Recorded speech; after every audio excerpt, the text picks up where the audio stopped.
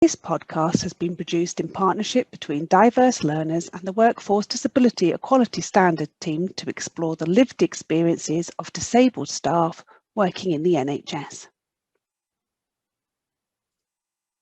This is a conversation with, and today we have Aliyah Driver with us, and we're going to find out a little bit more about Aliyah and her work in the NHS. So, afternoon, how are you? Good afternoon, I'm well, thank you. How are you? I'm not too bad. Are you keeping well in the COVID times? Yes, working from home today and yesterday. Excellent, excellent. Well, I'm glad to hear you're keeping safe, and thanks for all you're doing at the moment in such difficult circumstances. So I'm going to start with question one. If you want me to repeat any of the questions, just give me a shout. And it's an informal way of working that we're going to do, and that's why it's called a conversation with. Yeah. So Aliyah, could you tell us who you are, what your job in the NHS is, and how you would describe your disability? My name is Aliyah. I'm a Band 5 Occupational Therapist in a mental health trust, RDaSH. I've worked as an occupational therapist for 4 years now, and my disability was diagnosed in my 3rd year at university, which is dyspraxia. And for me, it's something that really affects my communication at times, as well as processing things, new information, even sometimes conversations and things that what are being said. And I feel I just need a bit more time in general to do tasks, especially written documentation. I find it difficult to put what's in my head onto paper, and I sometimes do that better verbally, but then other times I can equally struggle verbally expressing what I want to say. So I think I just need time in both ways of communicating to think about what I'm trying to get across. So that's really interesting. Thanks for sharing that, because question 5, you're kind of answering already, which is a very dyspraxic, neurodiverse thing to do as somebody who has dyspraxia. Attention deficit disorder and sensory processing disorder is this kind of like different way of working. So I'm going to just jump to question 5, not answer it fully, but just say there that would that be one of your tips for managers and people that you work with then for greater inclusiveness? The tip of giving you more time? Oh yes, definitely. I think just being allowed admin time, to block out some admin time at a specific point in the day or the week, a time where you work best, where you've got the most energy, just to really catch up on things, or more time to process things. So it might be that I get a new referral, and when someone's talking to me verbally about it, I make notes and I try and process it that way, but then I might need to come back to it again later on just to reread more information that I've got, just so I can fully understand the individual and the needs. So have you formally told people at work then that you have a disability, which is often referred to as disclosure in the NHS? I have, yes. In my current role, my manager is completely aware, and I'm quite open with my colleagues as well, the ones that I'm quite close with, and where it comes into conversation, I'll happily mention that I've got dyspraxia. I don't feel it's a negative to do so. So yeah, my employer and colleagues are aware. So what are your experiences of working in the NHS then with a person who has dyspraxia? Well, for my first role, which was in a different location to where I am now, it was still OT, but just in a different location. And at that time, I didn't really mention my dyspraxia then, as I'd only just been diagnosed the year before, and I didn't really think it would kind of affect me. I was new to the whole idea. Sorry, I forgot the question. It's all right. So what were your experiences of working in the NHS? You were talking about you in your first role, you didn't actually know much about dyspraxia to start with. Yeah, so in my first role, I didn't really mention my dyspraxia. It didn't, well, looking back, it probably did affect me, but at the time I didn't need to get any further support or go down access to work route. However, I did always struggle with my confidence, which has been a long-standing thing throughout my whole life. And my manager at the time was supportive of that and any further training that she thought I might benefit from or anything like that. However, in my current role, when I started that role last year, I was then absent from work for 6 months due to my mental health. And as part of my return to work, I was referred to Access to Work. Right. Well, I might interject at this point because there is a question about access to work. And just for the listeners, that a mental health anxiety or a generalized anxiety disorder or bipolar or depression or any of the categorizations of a mental health need is also regarded under the Equality Act as a disability because it's long-term and it affects day-to-day living, and that would also qualify for access to work support, as would dyspraxia. So not many people might know about access to work, Aliyah, and that's how we met, because I came and did some training at RDaSH, which is Rotherham, Doncaster and South Humber Trust, yeah. Absolutely. And so I won't expect you to explain what access to work is and give you a definition, but it might come apparent through this question. So what have your experiences been like of initiatives like Access to Work, putting reasonable adjustments into place to ensure you're not disadvantaged at work? You were talking about your return to work after being off for 6 months and that return phase and then getting access to work. So what have your experiences have been with that funding programme? So the initial assessment period seemed to be really quick and straightforward. I was advised how I applied. It was something that you have to do as an individual by yourself. So I did that whilst I was off. I was then arranged a meeting with an assessor from Access to Work at my workplace. So that happened. And then I had my assessment and I was quite surprised at how much they could offer, and it gave me a bit of hope as to I'm going to be able to do my job.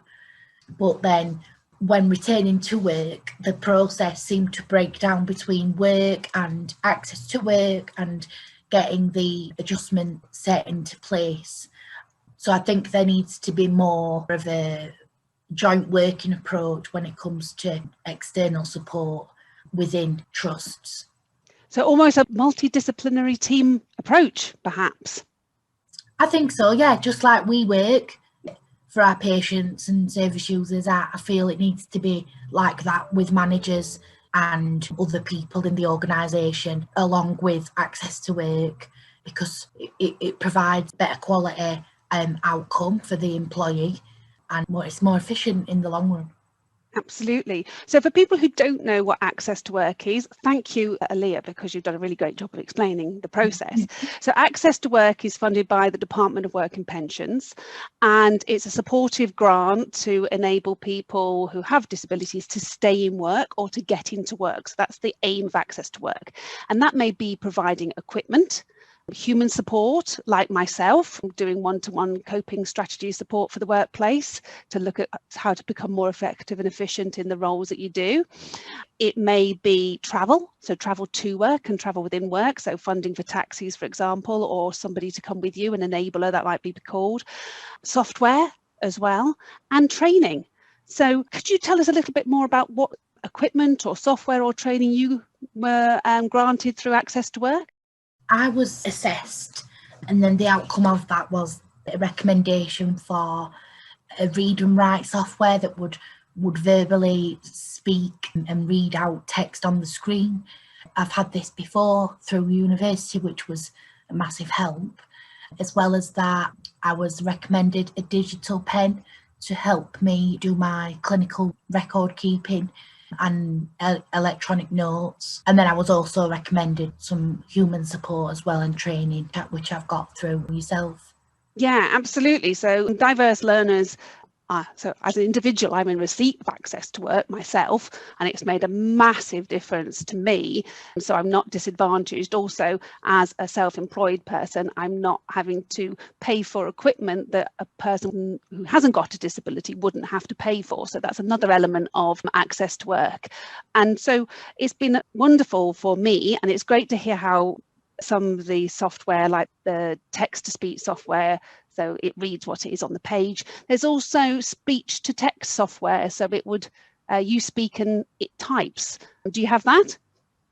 That is something that I've recently got, Dragon, where I'm going to shortly be having the training for, where I can verbally speak and it will collect the words that I say and put that into note format into System 1.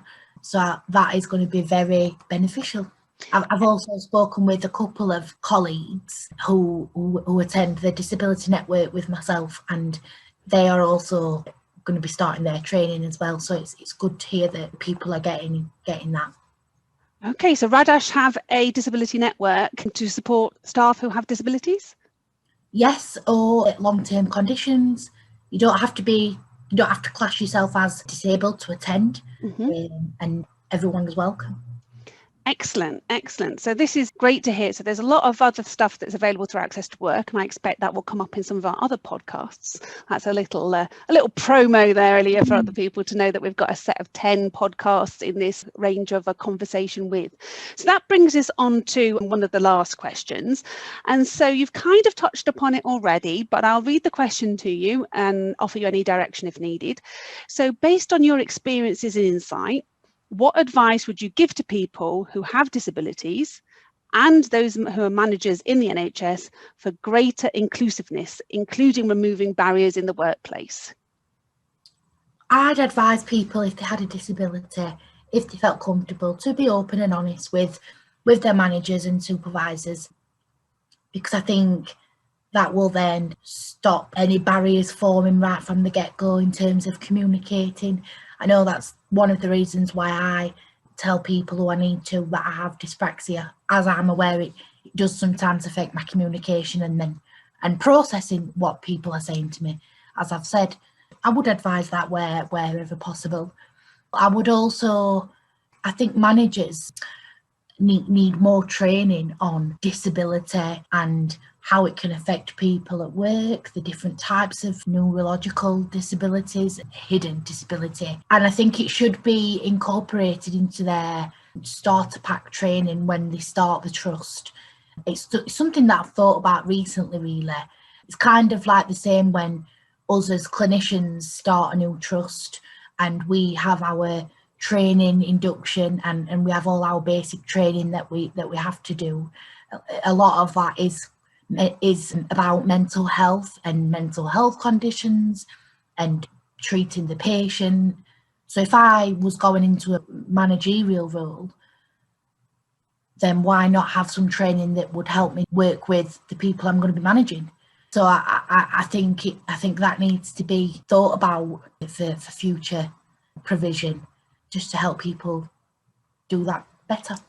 Brilliant. That's a brilliant recommendation. And also the great thing about that as well is Access to Work do fund awareness training. So as part of a package for an individual, not only would it be equipment and software and travel and adaptions, it is actually human support in terms of one-to-one support, but also I've come into RDaSH through Access to Work, being it funded through Access to Work, to do awareness training. So disability awareness training, it might be neurodiverse awareness training, dyslexia, dyspraxia, ADHD, or just an inclusive approach. So, and that would be funded, it would be at nil cost to the trust as well. So it's a real useful mechanism for a funding awareness training that you're saying is, quite needed. I want to just finish off now. Well, first of all, to thank you, but what I would really like to know is, often we talk about the challenges or the difficulties that may present themselves and the great pieces of software and equipment and human support that's available to remove those barriers. But I would really like to hear about what you think your strengths are, what you think you bring as a person with a disability, or particularly with dyspraxia and a mental health condition, bring to the profession. I think something that I always do is try and do the job to the best of my ability And to me, that means the best quality. So when I'm assessing patients and providing treatment, I feel that I really do put a lot of effort into ensuring that someone gets a good service and that they're not treated any differently because they have a mental health problem or because of their individual issues that they may have. I want to make sure that I have touched on them with all of them things with the person and not missed anything, because they're all equally important and it makes a massive difference to how that person feels. So I feel I'm quite thorough when I treat the patient, and I'm always open for feedback from them. So I like to have open and honest communication. How that communication may be depends on how they best communicate and best learn. So if I'm doing interventions with people, but they're more of a visual learner or they learn by watching, then I will look for things that they can watch or look at to help learn that new skill, such as YouTube videos or pictures. And I think having dyspraxia makes me very aware of that and helps me to, I automatically think more in that way because I struggle in that way sometimes. Excellent. So that's really interesting because there's a lot of documentation out there about, and I talk about this a lot in my training, about the strengths of people who have a neurodiverse profile. So that would be dyslexia, dyspraxia, ADHD and autism, the strengths they bring to healthcare settings. So it's very well recognised that empathy and being very empathetic is a strength of people who are neurodiverse. Not everybody, of course, but commonalities is definitely a strength. Detail orientated, solution seekers, compassionate and holistic thinkers. And also they said blue sky thinking is another one, original thinkers and solution seekers, and often we'll come up with, why don't we just do this? And everybody goes, oh yeah, that's a brilliant idea, and we're like, well, it seems really obvious to us. We need that diversity in the NHS. We need innovators, we need creative thinkers, as well as delivering that compassionate, person-centred, holistic care. And these are, the caring and the empathy are all recognised as strengths of people who have a neurodiverse profile. I think you've demonstrated that very well in that explanation, Aliyah. So is there anything you would like to add as we come to the end of this podcast? Anything you would like to add in terms of top tips or a thought to go away with? Please add it now, and then we'll wrap up. Yeah, I'd just like to say, just carry on being you. Don't be ashamed if you have a disability or if you're newly diagnosed. Don't be ashamed of that. It just makes us a bit different, but that don't mean that it's a flaw, because most of the time we can use it to our advantage. Brilliant. Thank you so much for your time, Aliyah.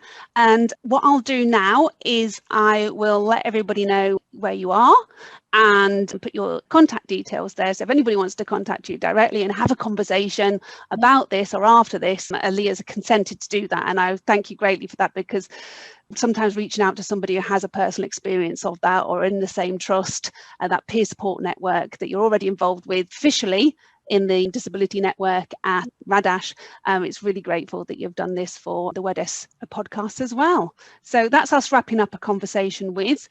We'll be putting all the details and contact details underneath the information on the podcast, and also it's all available in a transcript as well, and that will be attached to the podcast. So thank you very much, and I'll see you soon, Aliyah.